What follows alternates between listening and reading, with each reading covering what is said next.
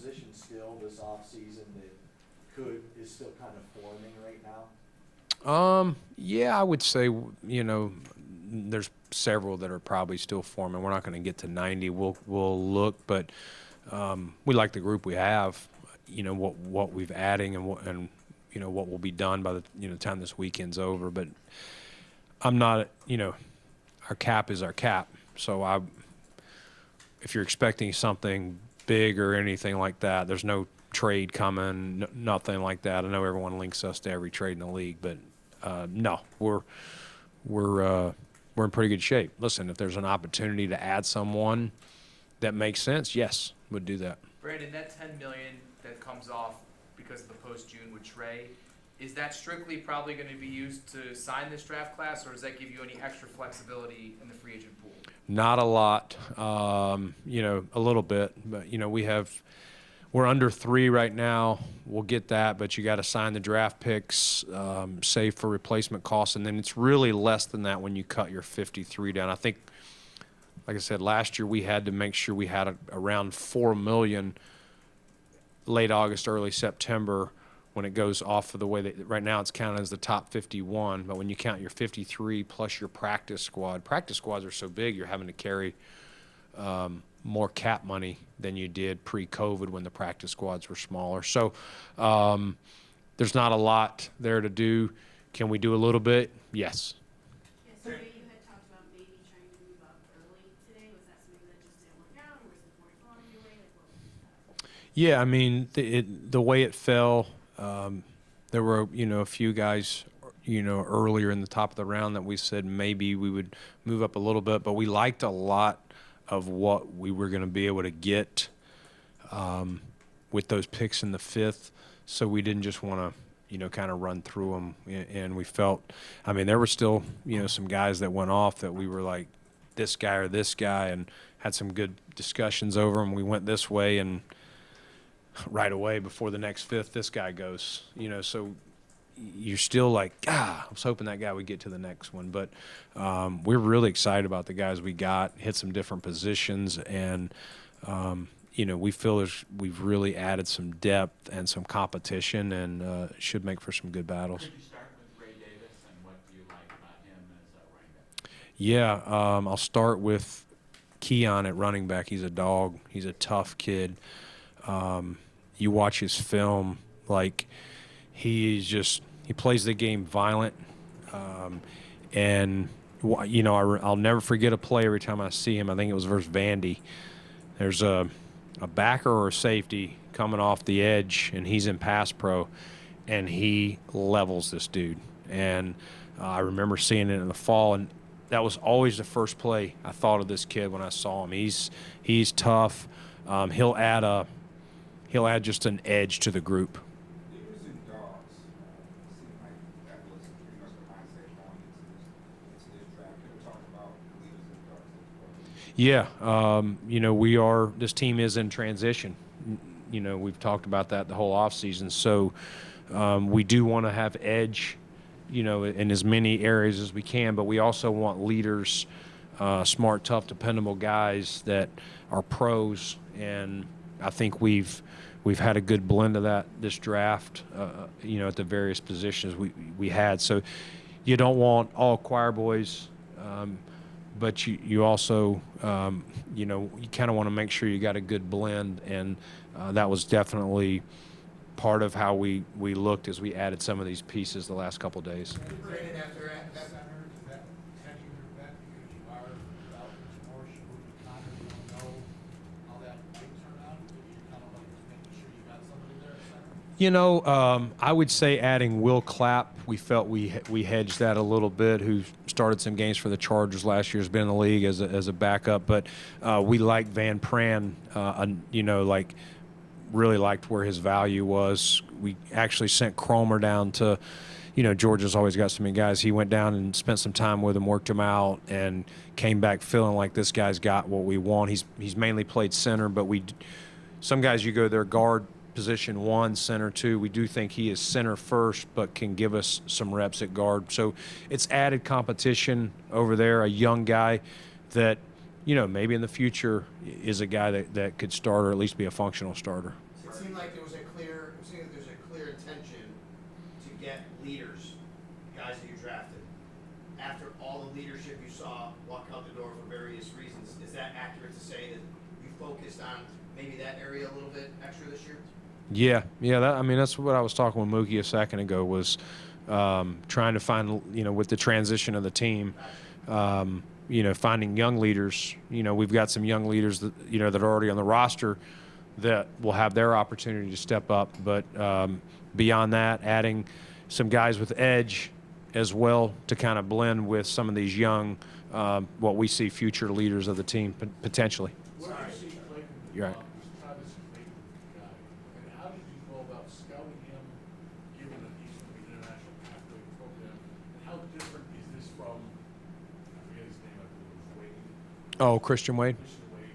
How different is that now, now that you actually drafted this guy? Yeah, the league has really put an emphasis on expanding the game. Obviously, we're playing games over there. They're doing more programs, finding these guys from soccer, rugby, the various sports. And, this guy came on our radar. We sent R.J. Webb, who's one of our pro scouts, we sent him down to the workout at South Florida. We got, video. We got it in front of Chrome. I watched this workout with Chrome one day after he watched it, because he was like, man, this guy's athletic, obviously raw. He's haven't ever seen him really truly play football, but I know he was a rugby player, boxing, and by all accounts, a great young man, and his measurables are, wowing off the page. And so excited too. He was at Detroit, at the, you guys may have saw it. Yeah. You saw, okay. So yeah, he was there. So I had to turn the pick in before I got to speak to him. Usually you talk to him, make sure these guys are alive and breathing, but we talked to his agent. He assured us he's there. And, but he was super excited, and it gives us an international body, which can give you an extra, guy for camp as well. And we're excited. Obviously, he's going to be raw, and this will be new to the game, but really his workout was impressive. So he follows that international where he's exempt from the roster? Yes. Okay. Yeah. When you talk to him about Jake Skeleton. Of course, Joe Shane's calling me that bastard. Did I talk to him about what? I'm sorry. Jake Skeleton. What is skeleton? It's like luge, when you go face first. Oh no, His other sport. no, I didn't do that. Sorry, I mixed. I'm not trading back in. He's just being a jackass. Speaking of trade, you made a deal today to get a 2025 pick. Now you've got, I think, 8 for next year. Yeah. Potentially 2 compensatories on top of that, so maybe even another 10. Yeah. If the draft is the lifeblood of any organization, do you feel like with 10 picks this year, potentially 10 next year, that you're well positioned to?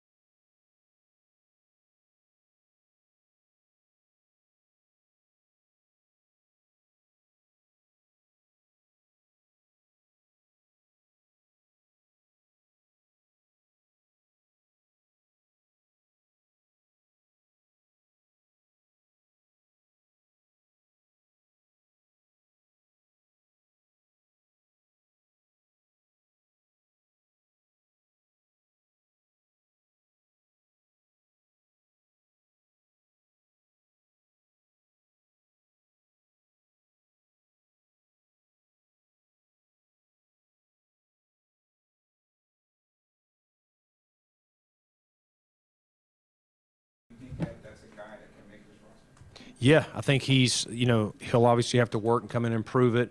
He's, he's doing it at a little bit lower level, but, Troy still plays some good teams. I think he beat DeMarcus Ware's sack rate. Like, he knows how to, get to the, the quarterback. I would say one of the things he'll have to improve is the run defense.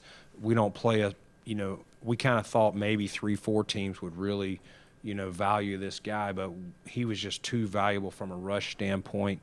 And so that would be the area he'll have to improve, a lot like a Kingsley Jonathan has to do, kind of an undersized guy, but he's got great arm length, measurables, and, you can't deny his sack production. And so we're excited to get our hands on him. Just a clarification on John's question. Sorry about Clayton. I know he's exempt from the practice squad. You get 17. Is he exempt from the 90 as you go through this as well? Pretty sure he is, Sal. I'll get that confirmed, but yeah. Do you have to draft him to do that? Could you sign him as a? No, you could sign him as a free agent. Yeah. No, if we didn't draft him, we were going to recruit him, but down there we were scared we wouldn't get a shot at him. Hardy, yes. Hardy for Hardy. That's what we were laughing about up there. Yeah, yes, for sure. He would be. We really liked his return skill, and then compete as a back end corner. Hey Brandon, obviously an interesting last 8 to 9 weeks, starting with departures and additions. Is there anything you didn't get to in terms of building this roster that either money-wise, draft pick-wise, that you still have to, that you still want to do? I wish I could say I checked everything and I could just go on vacation, but no. I mean, Ryan, I think we've got some guys. We've added some depth. We've added some competition, some pieces. We're not going to be at 90 by the end of this, so we're going to keep looking and see what's shuffled out of, over the next couple of weeks. Maybe some vets get released where they were over, drafted over by a team or two. So we'll see there, but we're going to keep, spinning this roster and see if there's a few pieces between now and camp. I don't, position by position, I don't know. You're never happy. You're never content, like we got it figured out. But I'm excited about the way the board fell.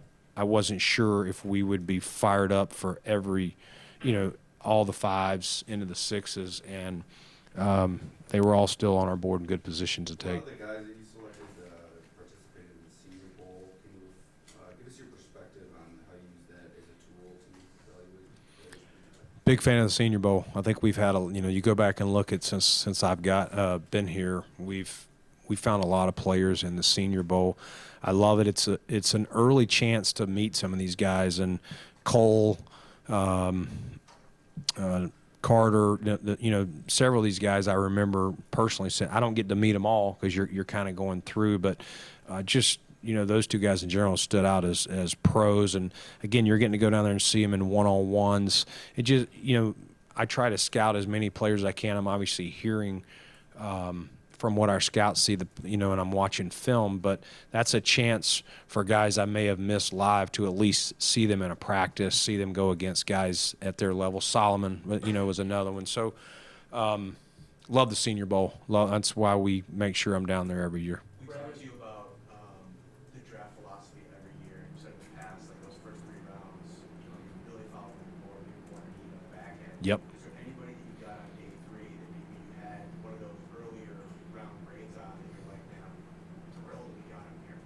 Yeah, I mean, I don't know that we got anybody in 3. We definitely, in the 5s, we got some guys out of higher round, but I don't think at 4, who that was Ray Davis. So, yeah, we had Ray a little higher than we got him, but not all the way, another round difference. But he was a guy we really had targeted. This running back class was not deep at the top. It was kind of thin at the top, but we did think once you get into mid 3 to 5, they're going to start going. And I think 4 backs went in a row around when we picked Ray, and so He was what you were talking about 5 minutes ago, right? You said Keon? yes, yes, definitely that's who it was. Can you give us a little rundown on Tyler and Eddie as well?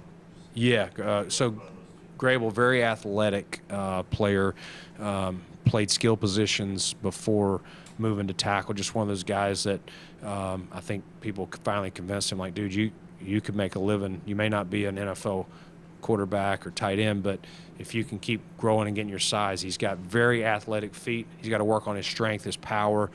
Still raw at the position to a degree, but a lot of traits, to work with, and so looking forward to getting our hands on him. And then which was the other one? Oh, UFO, yeah. Really smart young man, played at UW, tough. We think he can play Will first, and then he could also be a backup Mike for us in time. He's got to learn everything. I'm not saying year one, but I don't know exactly where we'll start him numbers-wise if we start him at Will or Mike, but we do think he would be an interchangeable player once he gets the defense. And then fourth down value, like long arms, he's another guy that, as we learn this new kickoff, we think that body type, arm length, things like that to help shed and make that play. Brandon, you weren't kidding about Keon making himself feel at home. And I mean, he was talking about where he shopped with his jacket, he shared a cookie, he was wowed by things. What is it that struck you? You talked about putting in the cafeteria when you were up there. What is it that strikes you about this 20-year-old who seems very football-centered in knowing stuff, but yet is an outgoing 20-year-old? Yeah, I mean, I love that he is a multi-sport athlete, like playing at a high level.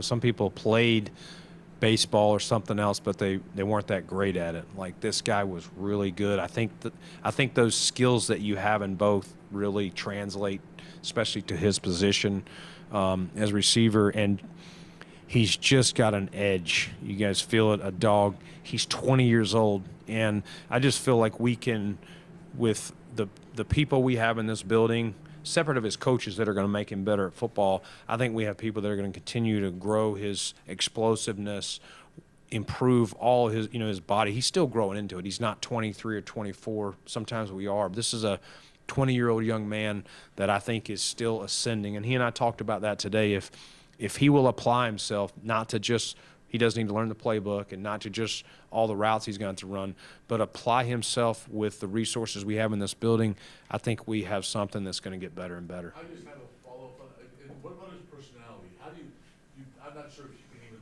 rein that in that sense.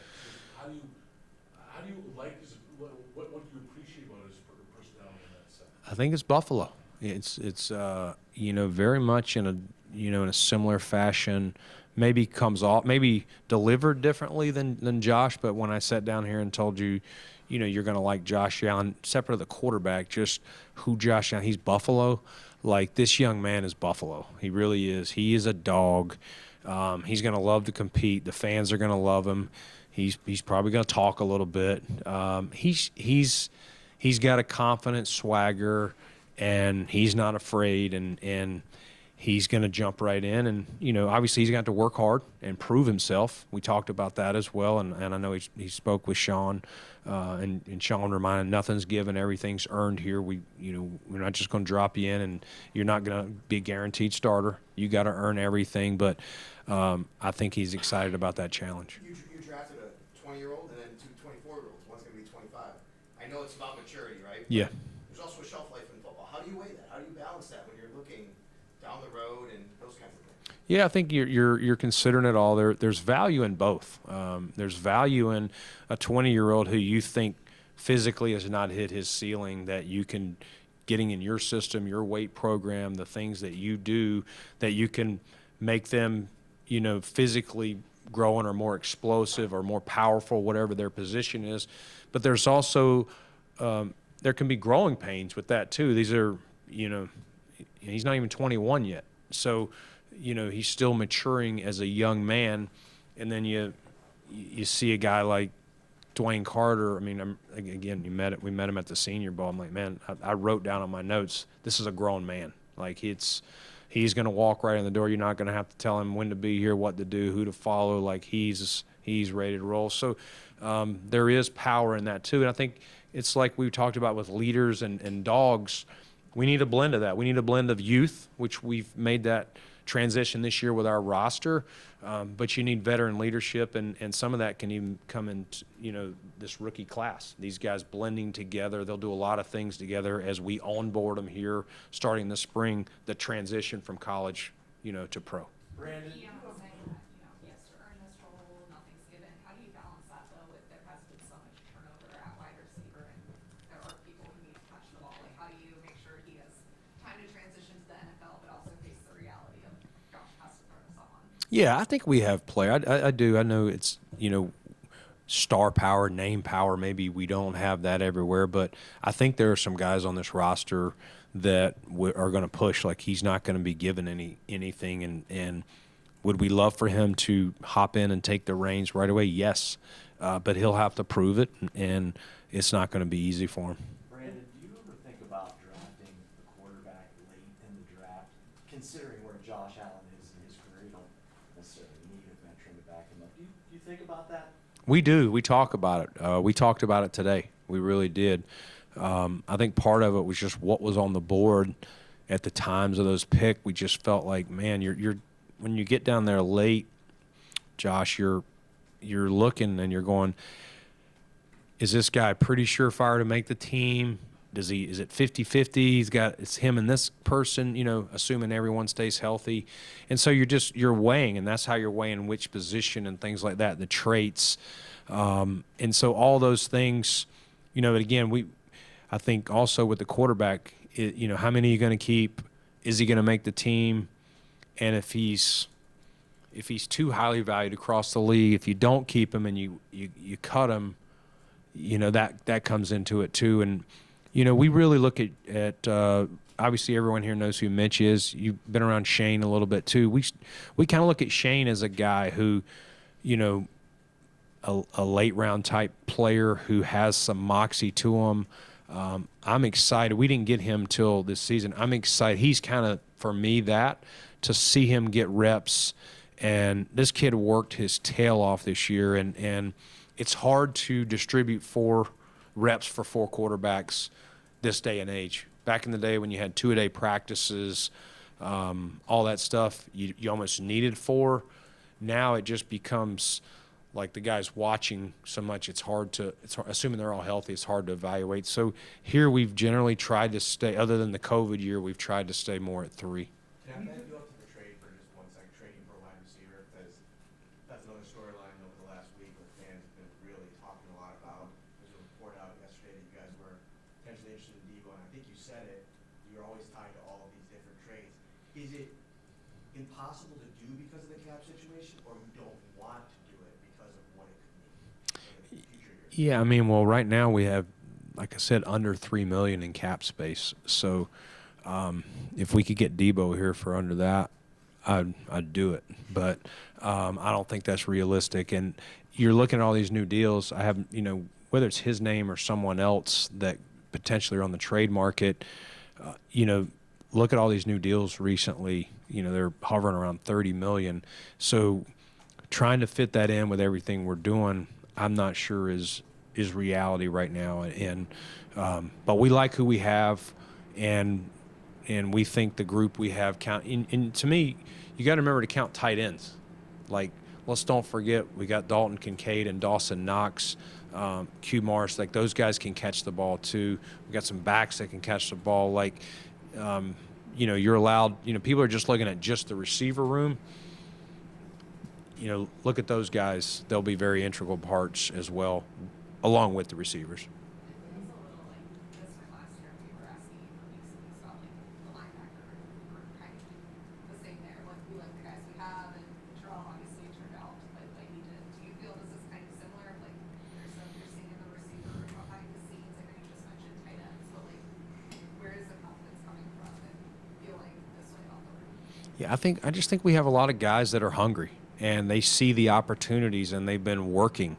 I told you a couple of the names, Justin Shorter, Tyrell Shavers, I think has been here since the season ended. Like, just a lot of guys. Like KJ Hamler, coming here, who was a former second-round pick, had some durability issues and has, kind of worked on his body and we're trying to make sure he can – not have the strains or some of the things that have happened to him. But we think we have guys on here, along with all the names that can come in and compete, and some different things, whether it's KJ speed, Justin and Shaver's size, Mac Hollins. We just had a key. And, we think we got some different pieces, and we're excited to see those. And like I said, doesn't mean we won't add something else. We're going to continue to look and see what we have once we get done with this, post-draft process.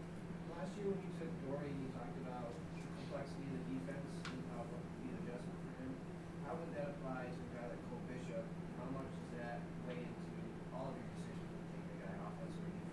Yeah, it's Cole is at a position that you do have to. He's going to have to know a lot, and the safety position takes. You're the quarter. You know, the middle linebacker is probably the true quarterback of the defense, but you're the quarterback of the back end back there, the back seven, and so he will have a lot to learn. But we think his DNA, his intelligence, super smart by all accounts at Utah. We spent some time with him. Our coaches did, and this guy knows ball and seems like he's a quick processor and understand. He'll have work to do, and he'll need reps on the field. Very good, very fair question. It'll be how quickly he can get it, and there'll be some trial and error. We got some guys in Taylor Rapp and Mike Edwards here that he'll learn from, and we're not just we talked about Keon. We're not promising him anything. He's gonna have a hard time starting the beginning of the season, but we'll see how it all shapes out. We told him today, like, hey, everything's earned here, and so just learn the playbook, follow the vets, and your opportunity will come.